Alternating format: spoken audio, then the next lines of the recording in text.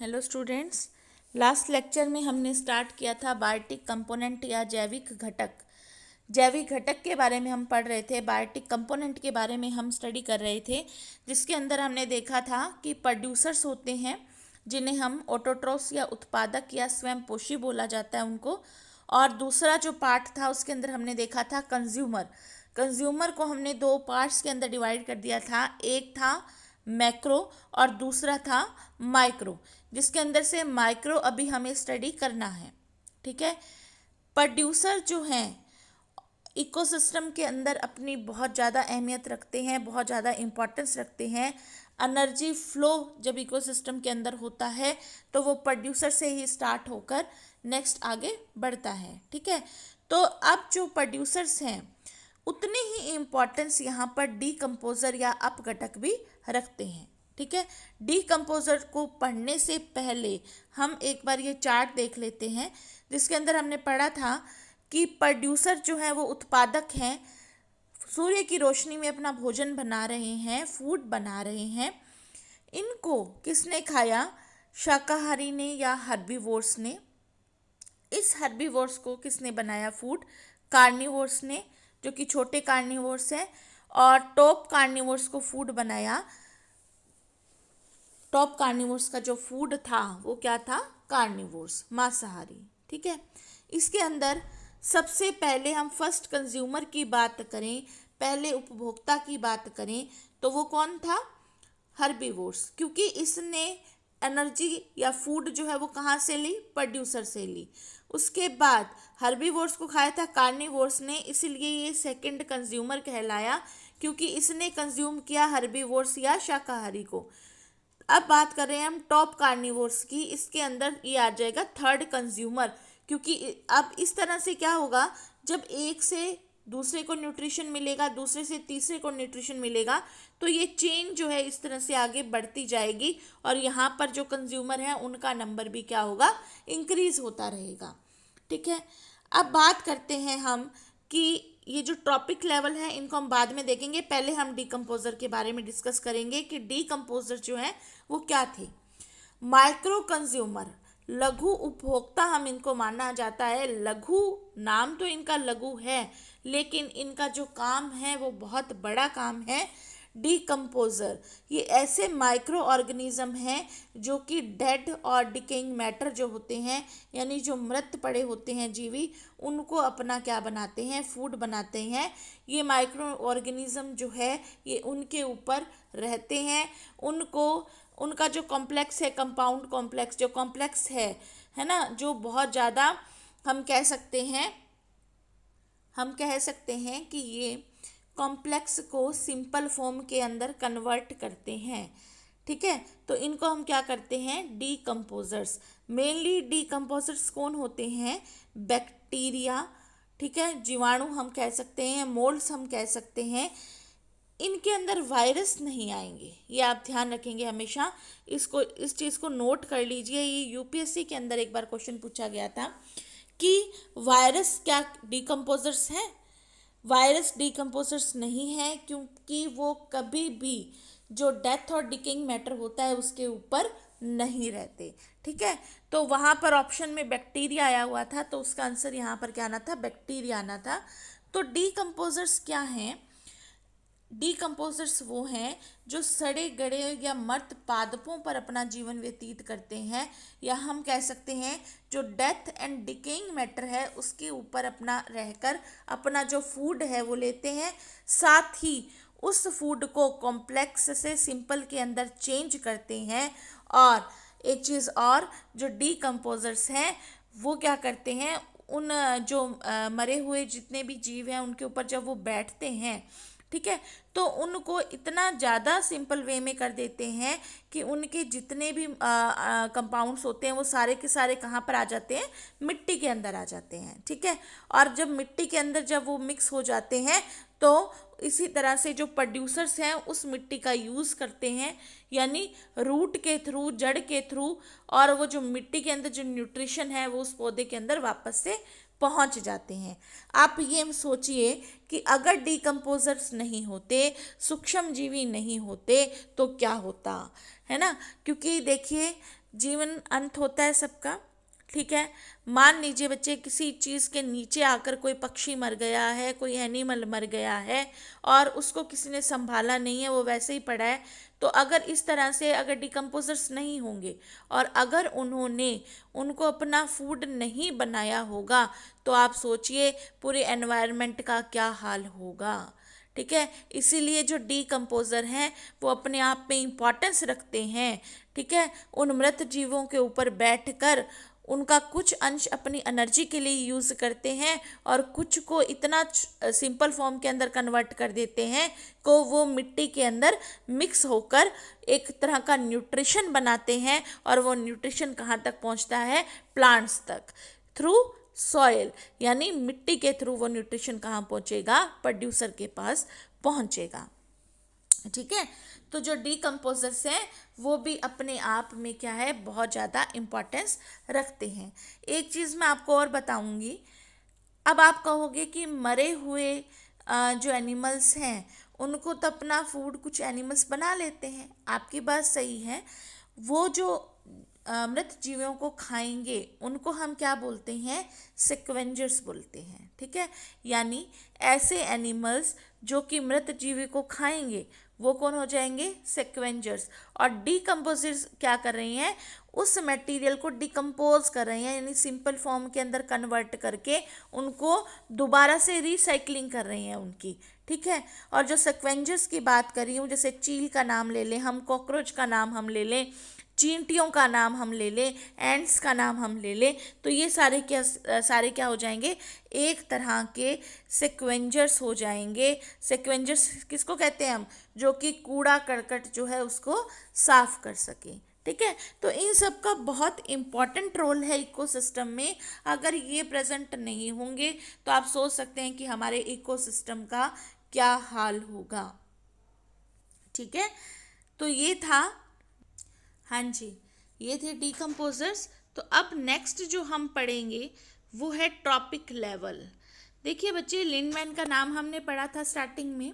Lindeman ने क्या किया था, जो ये बायोटिक कंपोनेंट्स थे, जैविक घटक थे, इनको इन्होंने नाम क्या दिया, ट्रॉपिक स्ट्रक्चर दिया। ट्रॉपिक स्ट्रक्चर का नाम इसलिए दिया कि सारे के सारे ऑर्गेनिज्म जो हैं वो किसके ऊपर डिपेंड कर रहे हैं, फूड के ऊपर डिपेंड कर रहे हैं। उस फूड से जो एनर्जी का ट्रांसफ़र है वो एक लेवल से दूसरे लेवल तक हो रहा है ना। तो एनर्जी का ट्रांसफ़र हो रहा है किसके माध्यम से, फूड के माध्यम से। इसीलिए इस बायोटिक घटक को इन्होंने क्या नाम दिया, पोषक संरचना या ट्रॉपिक स्ट्रक्चर।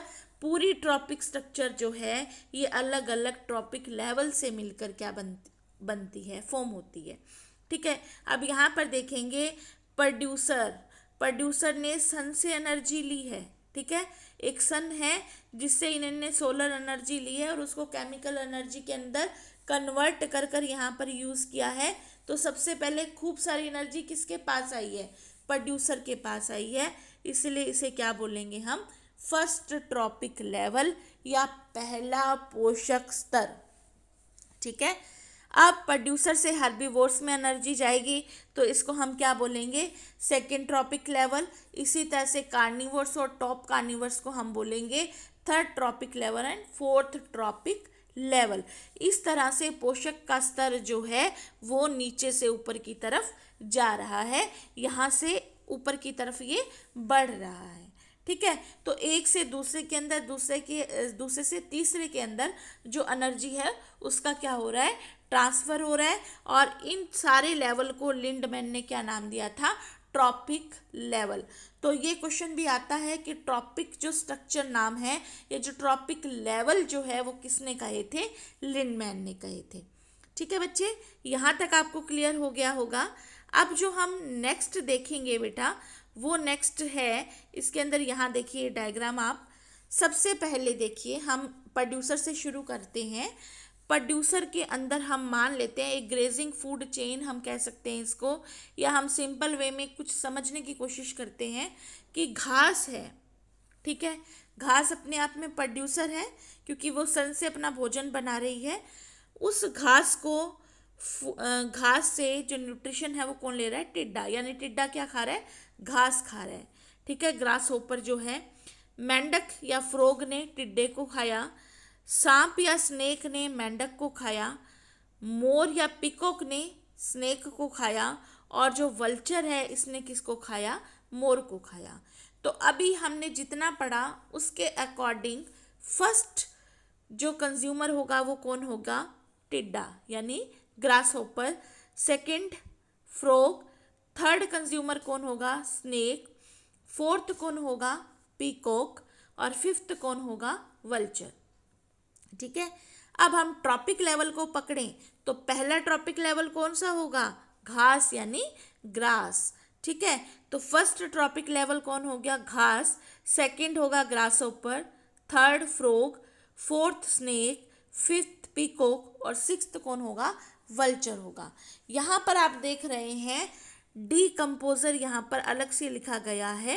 अब देखिए बेटा, इसके अंदर एक चीज़ और समझने की कोशिश करिए कि जो ग्रास होपर है, ठीक है, वो अपना अपशिष्ट पदार्थ सोइल के अंदर गिरेगा। ठीक है, फ्रॉग जो है वो भी अपना अपशिष्ट पदार्थ निकालेगा, स्नेक भी निकालेंगे, पीकॉक भी निकालेंगे। ठीक है, जो फीकल मैटर है, ये फीकल मैटर के ऊपर भी कौन बैठेगा, डिकम्पोजर बैठेगा, क्योंकि इन्होंने घास से पोषण लिया, इन्होंने इससे पोषण लिया। तो कई बार इस विष्ठा के अंदर या जो ये फीकल मैटर होता है इसके अंदर भी न्यूट्रिशन प्रेजेंट होता है, जो कि उपयोगी होता है किसके लिए, प्रोड्यूसर्स के लिए, प्लांट या घास के लिए। हम खाद का यूज़ करते हैं पौधों के लिए, है ना, तो वो खाद किससे बनती है, मड से, गोबर से भी बनती है, गाय के गोबर से भी खाद बनाई जाती है। तो वो क्या दे रहा है, एक तरह का न्यूट्रिशन दे रहा है। ठीक है, तो इस तरह से ये पूरी की पूरी साइकिल जो है वो इकोसिस्टम के अंदर चल रही है।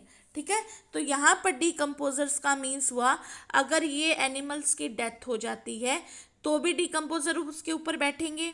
इनकी जो विष्ठा है ये क्या होगी, छोटे छोटे टुकड़ों में इनको भी तोड़ देंगे और ये किसके साथ मिक्स हो जाएगी, सॉइल के साथ, और सॉइल से कहाँ पहुँच जाएगी, प्रोड्यूसर के साथ। तो आप देख रहे हैं कि सारी की सारी जो चीज़ें हैं इकोसिस्टम में वो एक दूसरे की हेल्प कर रही है। ठीक है, अगर एक भी चीज़ की कमी हो जाती है तो इकोसिस्टम जो है वो कंप्लीट नहीं होता।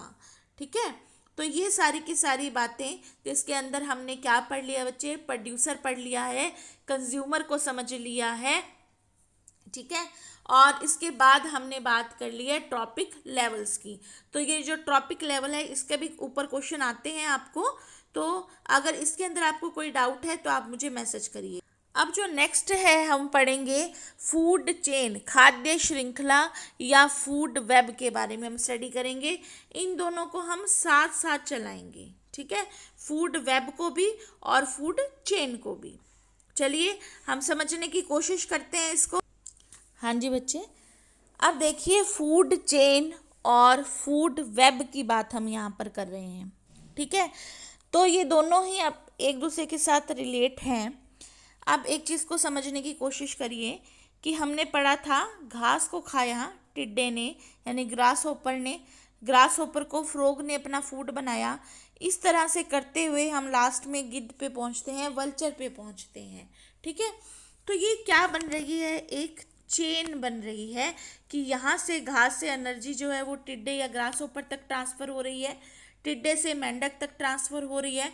तो ये एक चेन की फॉर्म में चल रही है, तो इसे हम क्या बोलते हैं, फूड चेन या खाद्य श्रृंखला बोलेंगे इसको। ठीक है, लेकिन ये फूड चेन है वो हमने खुद ने सोची है कि घास को ये खा रहा है, इसको ये खा रहा है। ठीक है, लेकिन ये फैक्ट नहीं है। ठीक है, ये हमने सिर्फ एक इमेजिन किया है कि इस घास को इस टिड्डे ने खाया है। क्यों, घास को तो कोई और भी खा सकता है। ठीक है, मान लीजिए इस घास को अपना फूड जो है वो किसी गोट ने या बकरी ने बना लिया। ठीक है, अगर इस घास को गोट ने खा लिया, ठीक है, इसी घास को अगर हिरण खा ले, डियर खा ले, ठीक है। अब इस गोट को खाने वाला कोई टाइगर हो, कोई बाघ हो, और इस हिरण को कोई लायन खा ले, ठीक है, तो आप देख सकते हैं कि एक ही चीज को खाने वाले मल्टीपल एनिमल्स हैं, ठीक है, बहुत सारे जने हैं एक ही चीज को खाने के लिए। तो इस तरह से जब एक चीज को जब बहुत ज्यादा जने उसके ऊपर डिपेंड हो जाते हैं, खा जाते हैं उसको, तो वो क्या बना लेता है, एक तरह का जाल बना लेता है, जिसे हम क्या कहते हैं, फूड वेब या खाद्य जाल। अब आप देख सकते हैं कि मान लीजिए यहाँ पर हिरण ना आए, ठीक है, तो क्या ये रुक जाएगी चेन, ये जो वेब है, ये जो फूड वेब है या एनर्जी का ट्रांसफर है, वो रुक जाएगा? नहीं रुकेगा। अगर हिरण नहीं खाएगा तो इस घास को कौन खा लेगा? गोट खा लेगा या ग्रास होपर खा लेगा, ठीक है। लेकिन हम बात करें अगर फूड चेन की, तो फूड चेन की बात की तो हमने तो कह दिया इस घास को सिर्फ टिड्डा खाएगा, और मान लीजिए यहाँ पर ये ग्रास होपर नहीं आया तो इस घास को कौन खाएगा? तो हमने ये इमेजिन किया है कि अगर ग्रास होपर नहीं आएगा तो इस घास को खाने वाला कोई नहीं होगा, ठीक है, तो क्या होगा, एनर्जी का ट्रांसफर रुक जाएगा, ठीक है। तो जो फूड चेन होती है वो हमारी इमेजिनेशन के ऊपर डिपेंड रहती है, जबकि फूड वेब जो है वो व्यवहारिक है, जो कि रियल है, ठीक है, कि एक ही चीज के ऊपर बहुत सारे जने जो हैं वो क्या करते हैं, डिपेंड रहते हैं, यानी एक ही चीज को खाने वाले जो हैं वो बहुत सारे जने हैं। आप यहाँ पर देख सकते हैं फूड वेब के अंदर कि एक प्लांट को खाने वाले अलग एनिमल्स हैं, और इस एनिमल को खाने वाले भी कौन है, बहुत सारे एनिमल्स हैं। इस तरह से जब एक जाल का निर्माण हो जाता है तो उसे हम क्या कहते हैं, फूड वेब कहते हैं। दूसरी चीज सुनिए, एक चीज को खाने वाले जब बहुत सारे जने होंगे तो यहाँ पर हम कौन सा वर्ड यूज कर सकते हैं कि इनको बहुत सारे जनों ने खा लिया है, ठीक है। तो ये एक तरह की कौन सी क्या बन जाएगी, ये जाल बहुत ज़्यादा सघन हो जाएगी, यानी इसके अंदर बहुत सारे जने जो हैं वो आ जाएंगे, तो ये बहुत ज़्यादा कंडेंस हो जाएगी, ठीक है, बहुत ज़्यादा भर जाएगी। जितनी ज़्यादा फूड वेब सघन होगी, एनर्जी का ट्रांसफ़र उतना ही ज़्यादा होगा, और जो इकोसिस्टम है वो उतना ही क्या होगा, यहाँ पर स्टेबल होगा, ठीक है। अगर मैं बात कर लूँ यहाँ पर दोबारा से फूड चेन की, तो फूड चेन का जो ट्रांसफर ऑफ एनर्जी लेवल है, जितनी छोटी फूड चेन होगी उतना ज़्यादा जो एनर्जी का ट्रांसफर होगा वो क्या होगा, ज़्यादा होगा, ठीक है। फूड वेब जितनी ज़्यादा बड़ी होगी उतना ज़्यादा इकोसिस्टम स्टेबल होगा। फूड चेन खाद्य श्रृंखला जितनी छोटी होगी उतना ज़्यादा क्या होगा, उतनी ज़्यादा एनर्जी का ट्रांसफ़र होगा और इकोसिस्टम जो है वो स्टेबल होगा। इस चीज़ को और ज़्यादा क्लियर करने के लिए हम लिंडमैन के 10% एनर्जी फ्लो के ऊपर आते हैं कि लिंडमैन ने कहा था कि 10% एनर्जी जो है वो एक जने से दूसरे जने के अंदर ट्रांसफ़र होती है। इसे बोला गया था 10% ऊर्जा का नियम या एनर्जी का नियम इसको बोलते हैं, ठीक है।